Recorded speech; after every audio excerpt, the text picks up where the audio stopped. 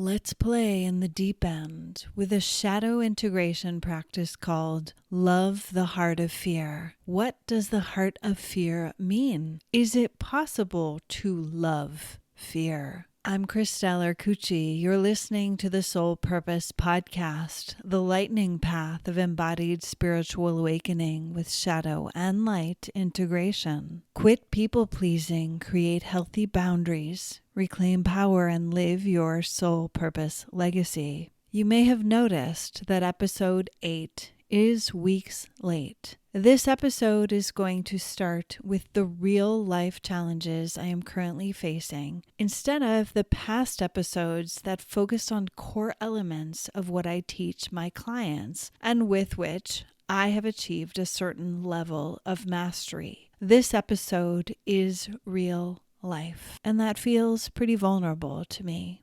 This episode was supposed to be called Wounding or Wisdom, How to Heal Your Intuitive Body. On a Tuesday a few weeks ago, a Facebook Live I created 4 years ago popped up in my Facebook memories. It's called Loving the Heart of Your Fear. I watched it, and I was honestly impressed that this lady named Christelle Arcucci dropped some wisdom bombs and knows something. Some important things about shadow integration and transformation. I had the audio transcribed as inspiration for a future episode of the podcast. On Wednesday, the very next day, a wildfire started dangerously close to my home in Northern California. As soon as I hear about the fire, I check how close it is to my home. I jump in the car and drive home, hoping I will still be able to make it home to collect my valuables and evacuate. I know the roads may already be closed. I'm driving towards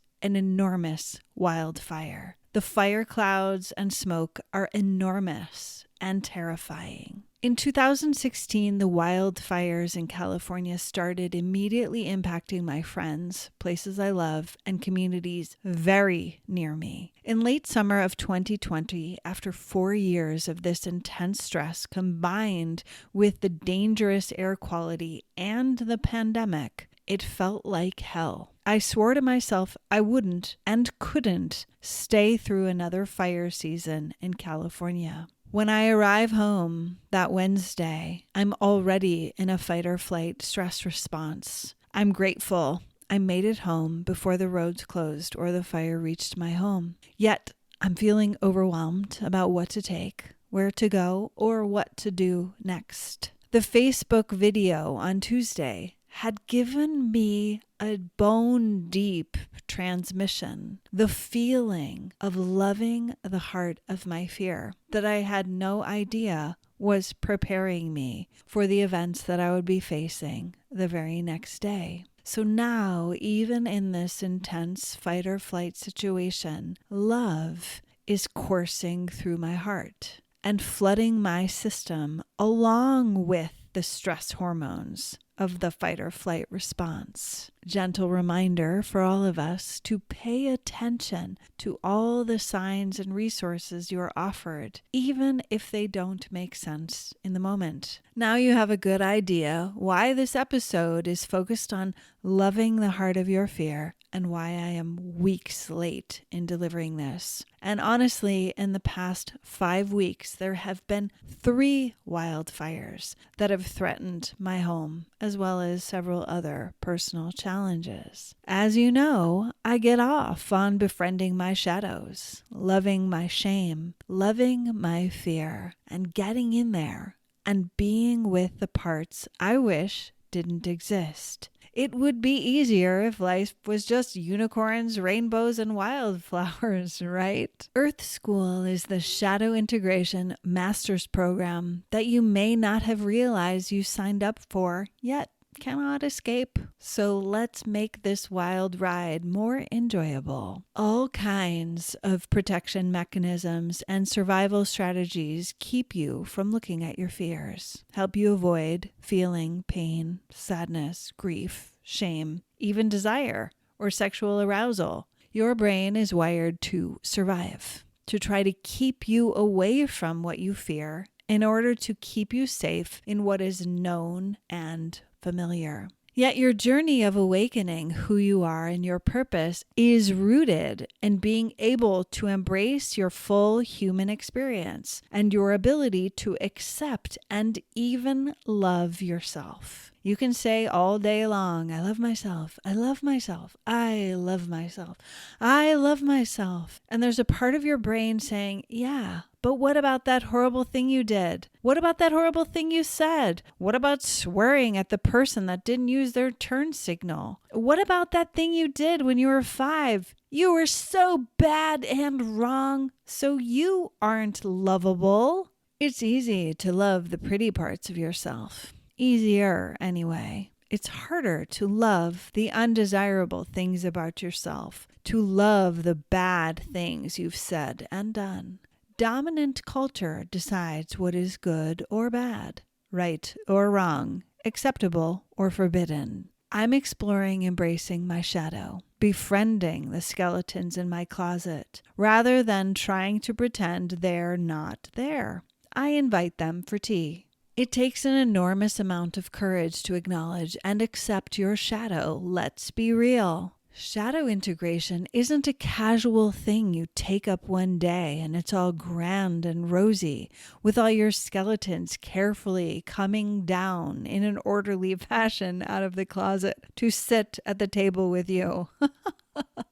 They will likely throw shit and be really mean at first. Is loving the heart of fear possible? And why am I talking about it? It's an important part of your journey of healing and a central way to love those horrible parts of yourself. This shadow integration practice doesn't condone bad behavior or abuse from yourself or anyone else, but it is about loving the wounded parts of yourself and the collective. When you can do this inside yourself, you'll be better able to engage with the shadow aspects of others and the collective. The heart is a soft yet powerful and vulnerable, innocent, tender core element of everything and everyone.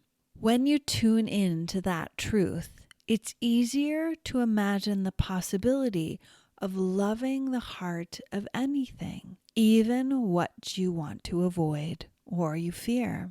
Start this practice by being willing to admit and be with your fear, doubt, shame, sadness, grief, addiction, or the victim, perpetrator, rescuer model we've spoken about in other episodes.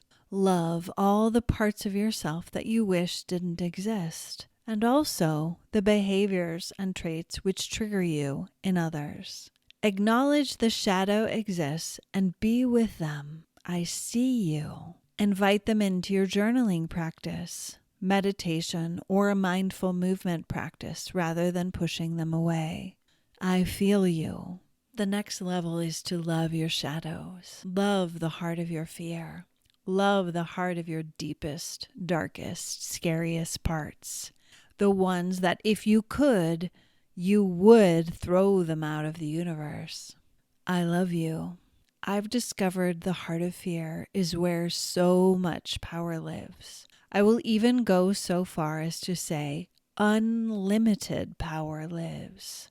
Tap into the power to be more aligned, on purpose, and connected to who you are and what you're really here to do. The more that you run from fear, the more that you run from being yourself. Is that a game you want to play? Playing hide and seek with the infinite power of your soul is why you decided to become human. In many ways, it's very fun.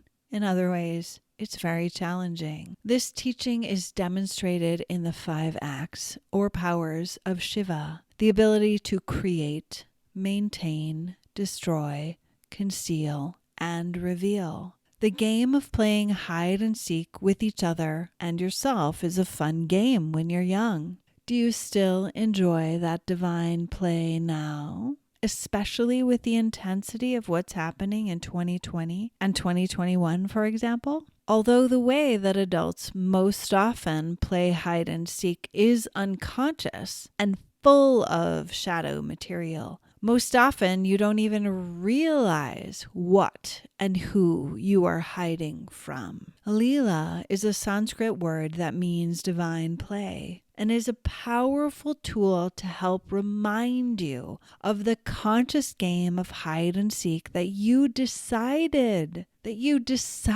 to become human and to forget that you are infinite intelligence. You are the creator itself. Using your life force energy to hide who you really are and what you think is exhausting and painful and can lead to illness, depression, anxiety, and suppressed immune function. I invite you today, at whatever level you're ready, is to enjoy the divine play, the Leela of learning to be with your fear. Name fear. Be with fear. Befriend fear. Love the heart of fear. Look fear in the eye and really be with what is there. Be willing to stay in the intensity and see what opens for you. In my practice of loving the heart of fear, I like to practice this while eye gazing in the mirror. After a few breaths to drop in. It doesn't take long before there's a massive shift. As I'm able to feel the resistance to fear, the fear softens and opens. The resistance to feeling fear, which is most often a hidden desire to control in order to feel safe. Resistance is the desire to push away or to get away from. It takes so much energy to resist.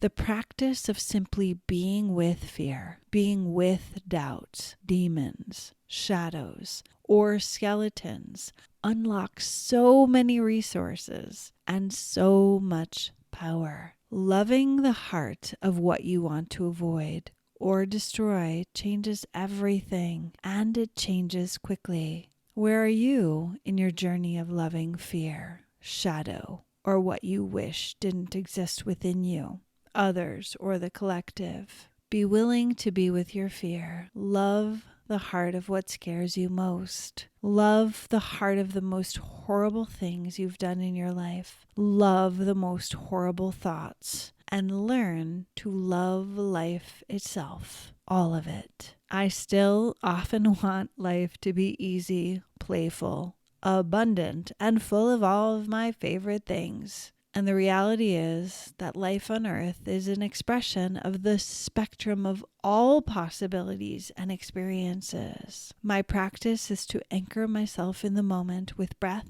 mindfulness, and movement practices, and then remember the divine play of life on earth, that humanity is actively co-creating this experience. Love your shadow. It liberates you from struggling against what is and trying to control the uncontrollable. Your shadows will act out when you try to get rid of them or repress them. The shadow will create trouble unless you can love your shadow, love your shame, love your anger, love your rage, love your sadness, as much as you can in each moment. Be willing to turn towards, look in the eyes of the parts of yourself that you wish weren't there, and love all parts of yourself. When you're able to do that, then things will change in the outer world. It's so easy to run from the hard and ugly stuff. Oh, just keep yourself busy and do anything to avoid looking at or being with fear. Turn towards fear. Be with anger. Embrace sadness. Sit with rage. Embody grief. Love the heart of fear. To the healing that is possible and the transformation that is available,